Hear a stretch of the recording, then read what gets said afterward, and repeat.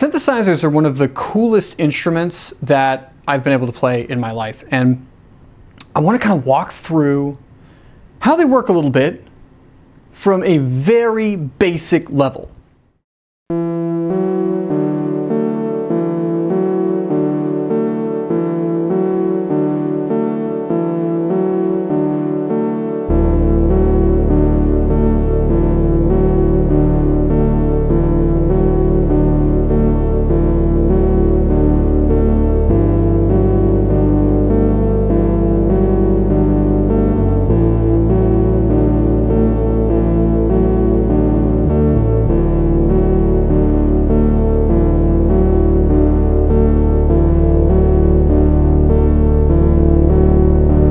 This is a KORG Monologue synthesizer. It's one of the cheapest ones that you can get used. I got it for about 250 bucks.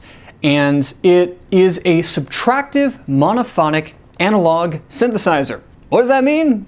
Well, the synthesizer is analog, which means that it uses real physical circuitry to produce an audio signal, whereas a digital synthesizer will use virtual circuits to produce the same effects. A subtractive synthesizer is a method of synthesis that takes a waveform, such as a sawtooth wave, a square wave, or a sine wave, generated by an oscillator, and modifies that wave by subtracting away certain parts of the sound. For example, we could take a low-pass filter that subtracts away the higher frequencies in the sound. Or we could take a ADSR filter, which is an attack, decay, sustain, release, to shape the notes produced by the synthesizer. And the synthesizer is monophonic, which means that it has one voice. Much like any woodwind instrument or a brass instrument, they can only produce one note at a time, per se. So let's take a look at how I might produce a sound on a synthesizer. So what we're going to start with is our waveform. This synthesizer is monophonic, but it has two oscillators, which means that it produces two beginning sounds. And we can choose from one of three waveforms.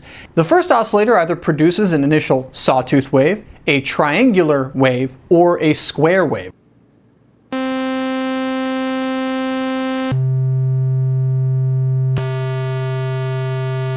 Whereas the second oscillator produces a sawtooth wave, a square wave, or it generates noise. And this can be useful for certain types of effects.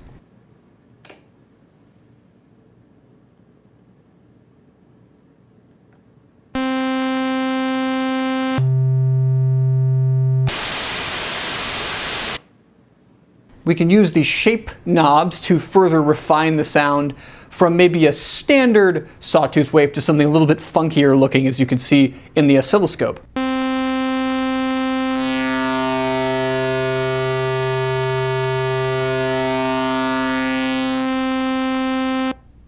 The second oscillator also has a modifier. We can change which octave relative to the first oscillator that the second oscillator is oscillating in, and we can also make it maybe a third or a fifth difference to create a sort of initial chord to start with.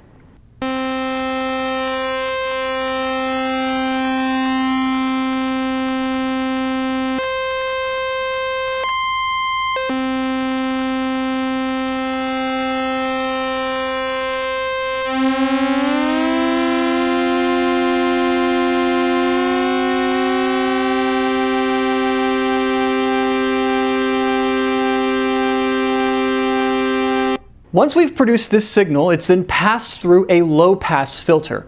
Now, a low-pass filter is, if you've ever heard the wow sound, that's what it does. It's cutting off the high frequencies of the sound, leaving the lower ones behind. If you want it to sound really wowy, we can also add a resonance modifier to that low-pass filter, which really makes that top frequency, where we're cutting off the sound, particularly loud. So you get this very wowy sound.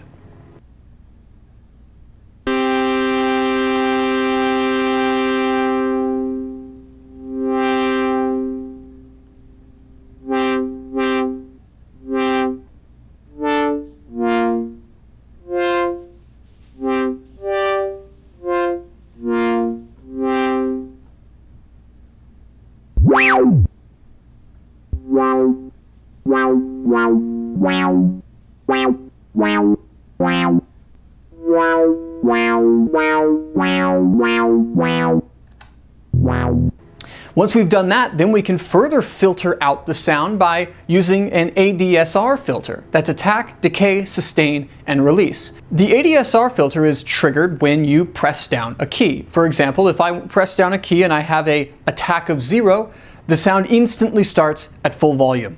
Whereas if I were to change that attack to be a little bit longer, it would fade the sound in. Once we hit the peak of the attack, then we hit the decay portion of the ADSR filter, in which the sound decays from the top of from 100% volume down to whatever we might set it. If we set the decay to being instantaneous, it instantly drops down. It could sound like a pop or something along those lines, and if we make it really long, it will fade back down to whatever the sustain filter is set to, which can be either 100%, which effectively removes that part of the ADSR filter and makes it just turn on, stays at 100%, and turn off. Or we can set it down to 0, meaning that the sound will simply decay to a volume level of 0. Finally, there is the release, which is what happens when we lift up on the key. If the release is set to 0, the sound instantly stops the moment that we let up on the key. However, if the release is set to some value, the sound will fade out for some period of time immediately after we release. This can allow for some interesting different playing styles. For example, if we want to create a sound in which there is no attack, there's no real decay, and the sustain is sitting at 100%, we set the release to roughly a half a second or so. What will result is the sound will simply turn on and then slowly fade out. Turn on, slowly fade out after we release the key. A quick editor's note, this synthesizer doesn't really have a proper ADSR filter. It really has a sort of attack decay pair or an attack release pair. When I talked about the difference between that plucked versus organ-like behavior, that's what this really is the difference between. This is a picture of a proper ADSR filter with all 4 attack, decay, sustain, and release components. This synthesizer, being a cheaper one, really has a more limited set. However, it is still quite useful and has some of the same characteristics as a ADSR filter would have. So that's what you'll see in the demo.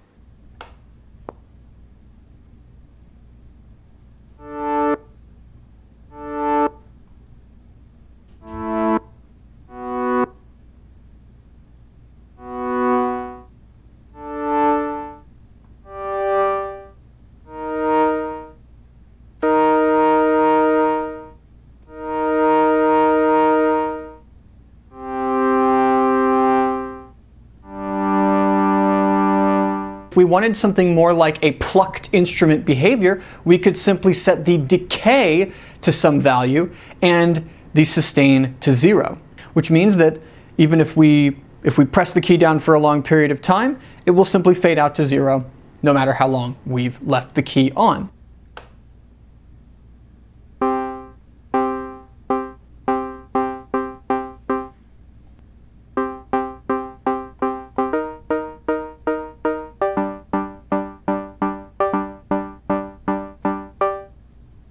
The last part of this synthesizer is the LFO, or the low frequency oscillator. This might be where you hear these little wobble sounds. This allows our sound to maybe change a little bit throughout its life cycle. This really lets us breathe some more life into the sound that we're producing. And this can modify a couple of different variables within the sound itself. This synthesizer allows us to change the pitch, the cutoff, or the shape of the waveform itself.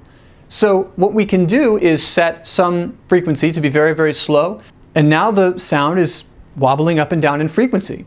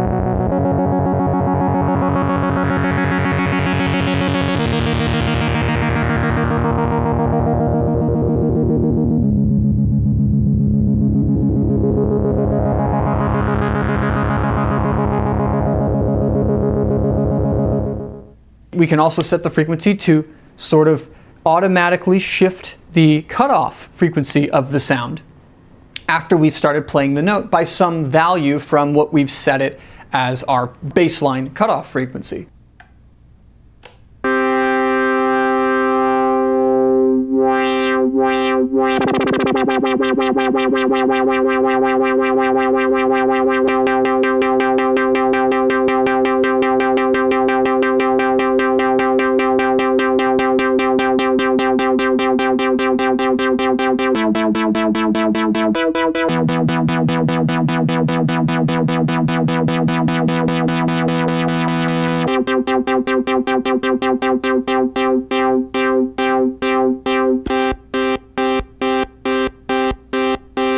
And thirdly, you can change the shape of the waveform itself, which allows you to, in a more subtle way, change the timbre of the sound over time.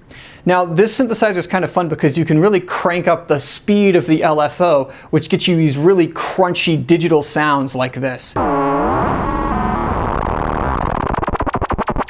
Finally, there's a couple of little extra effects here, such as the distortion filter that allows us to create a bit more of a grungy sound, and a few other things such as a synchronization in ring modes to the second oscillator, which causes that oscillator to act a little bit more in some more funky ways that I won't really get into in this video, but allows us to make some more unique sounds relative to that first oscillator and combine the two in a bit more of an interesting and unique way.